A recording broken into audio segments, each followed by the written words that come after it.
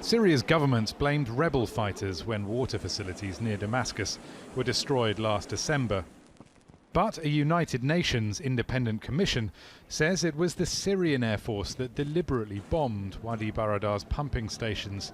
5.5 million people were left without regular clean water for a month. And according to the commission, it's a war crime. Today, in a sense, the entire country has become a torture chamber, a place of savage horror and absolute injustice. As the conflict enters its 7th year, this is the worst man-made disaster the world has seen since the Second World War. Also in the report is the February bombing of the Syrian Red Crescent headquarters in Idlib, most likely by Russian or government planes, the commission says. In the Kazakh capital Astana, a third round of talks aimed at ending Syria's carnage didn't get off to a good start. Rebel delegates hadn't arrived. We will boycott unless the ceasefire comes into force and the displacement of people in Al-Waer district is stopped. The subjugation of Al-Waer is against the ceasefire agreement, against Resolution 2254 and against all international laws.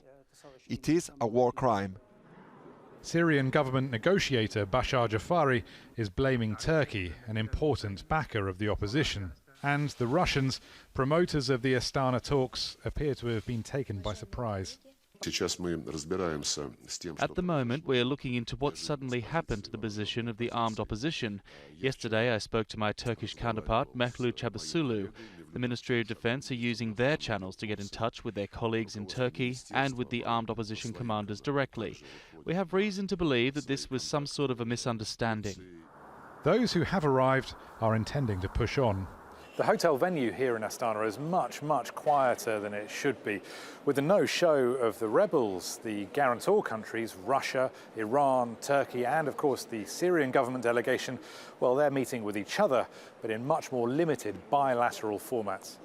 It's not a good sign though, and reports suggest opposition groups might boycott the next Geneva talks too. Rory, Challands, Al Jazeera, Astana, Kazakhstan.